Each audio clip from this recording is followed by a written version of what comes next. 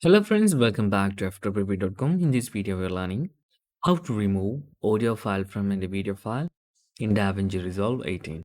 Okay, or any other upgrade version like Android uh, DaVinci Resolve 19 or something.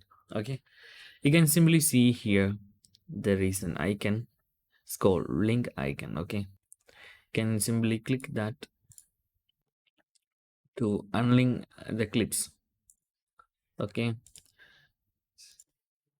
so this is only work. Now you can see I'm insert this video here, and I changed this no not working. So we are just trying that. Delete this video. Now it is unticked. Okay, and drag here. You can see the clip is not linked. So we can easily move like this. We can easily delete like this. Okay, that's the first step. Second step is just drag and drop here, then right click, then you can see here option of link clips. You can simply click that. Now it is separated, so you can in this way also delete this one.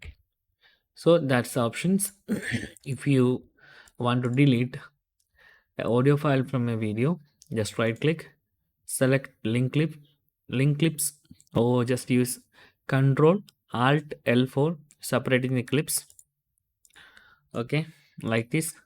Then you can simply delete audio or video.